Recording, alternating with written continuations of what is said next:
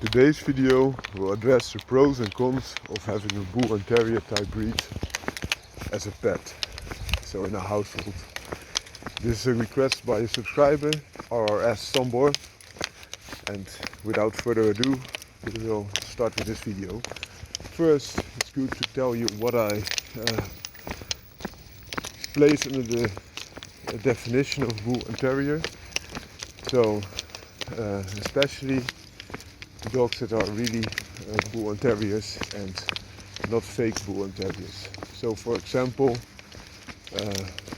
those are, in my opinion, American Pit Bull Terrier, Patterdale Terrier, Border Terrier, working type Staffordshire Bull Terrier, and that are the most pure incarnations. Most of the things that I will tell you will also apply to American Staffordshire Terrier, which is a show version of the American Pit Bull Terrier, and Staffordshire Bull Terrier, which is the show cousin of the Irish Staffordshire Bull Terrier, performance Staffordshire Bull Terrier. And this will also apply to a degree to English Bull Terrier, both the normal and the miniature ones, but also to breeds such as the Girl Ter, and in a bigger place also the Dogo Argentino, which is like a very big Bull and Terrier, but also Presa Canario, for example. Also, you might find things in this video applicable to Scott type American Bulldog. Okay, without further ado, let's start. So, the pros, in my opinion, far outweigh the cons of this breed. Therefore, I'm a Bull and Terrier enthusiast. It might be that you have a different insight into this breed, but it's also, I think, very helpful because I try to give you an as honest and real overview as possible. First, the pros. Here you see a Patterdale Terrier on the leash. Just a very small dog, but you see how much power he commits to everything he does. And that's one of the biggest pros that you get. An enormously big attitude and also physically very strong dog in a small size. Another thing is, Bull and Terriers, in my opinion, are one of the quietest breeds that there are. So if you get a good one, a normal, good representative, you can expect little barking and much silent things. So this is a benefit. You might think, yeah, I want my dog to bark if something is amiss, then they will bark. But they are quite silent, and if they bark, you know something is up. That's an enormous benefit. Also, typical Bull and Terrier is very friendly to its family, also very respectful to children. That being said, I would not recommend keeping any dog alone with children. But if something would arise, these breeds are very good in general with children and also their own family. Also with other people they are quite friendly. This is not the case with all members, especially for example Presa Canario, which is very wary of strangers, but also Scott type American Bulldog, which are more deviating from the pure Bull and Terrier definition, are not good with strangers. Also, in each breed you could have some examples that are outside the normal definition, and you could have a very wary Bull and Terrier, then take extra care. Some people also breed those types of dogs for protection work. For example, American Staffordshire Terrier is much more protective for its household than a general Bull and Terrier. Even American Pit Bull Terrier or Staffordshire Bull Terrier that are quite closely related. Hoi hoi!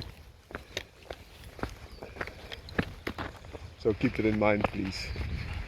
But for example, a normal Staffordshire Bull Terrier, normal Irish Staffordshire Bull Terrier, or normal Patterdale Terrier is very people friendly in general. And Patterdale Terrier is a little bit less people friendly sometimes, because these type of dogs are more of a type that is working against a formidable quarry underground. and then it does not have that interaction with humans as much as, for example, the pit dogs had with the handler. But please keep in mind that especially a dog that stays still dog often gets help from its handler, but also other people, and therefore they have developed to be quite human friendly, or enormously human friendly. The pit dogs are often named the most human friendly dogs because they are known to be reliable under extreme conditions, as you can imagine. Another benefit is that they are physically very strong, normally also quite sturdy, especially if you get a dog from working stock. If you get them for show stock, they will be different in approach. So these are the main benefits of owning such a breed.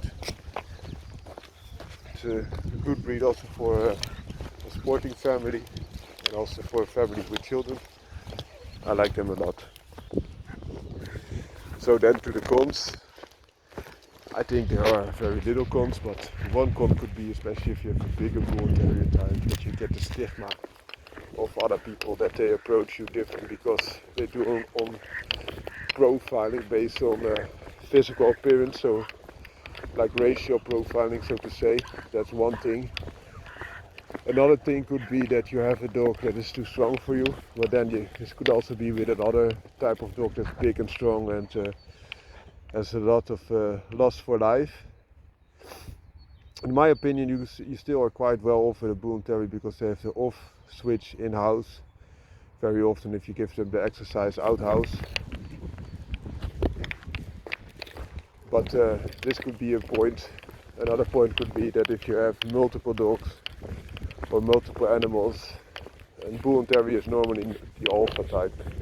So for example, if you have a small black dog like this Patterdale Terrier, and you would have a big German Shepherd harassing him or attacking him viciously, another small dog would just cower away, and perhaps that's enough for that German Shepherd so that he leaves another dog bleeding or kills the other dog. But in case of a Patterdale Terrier or another Bull&Terrier, they will just try to defend till the last blood drop is leaving their body, which could leave you with enormous injuries on both dogs, and perhaps even the end of the bully area of that German Shepherd in this example. So be wary that they might be small, but they will put their heart in, and it's not the size of the dog, but the size of the heart in the dog in this case. They can also make an enormous difference.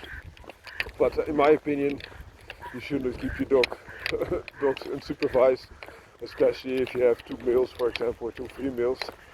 It will be good to separate them when you're not there. And also, I like a dog that is able to defend itself. Also, for example, when you're walking like this and there's a stray dog and it will attack your dog, and you have a small dog of another breed of this same size, there would be a big chance that the other dog would seriously injure your dog. Whereas if you have a Bull&Terrier dog, of course they can still be injured, but they stand a chance, and that's a good thing. Last con, there are no breed specific cons. You could think about dog allergy or something like that, or some other factors that you don't like, but in my opinion, Bull&Terriers are a very nice breed to have. And if you have troubles with those areas, you should not consider a dog, in my opinion. Have a great day, and out.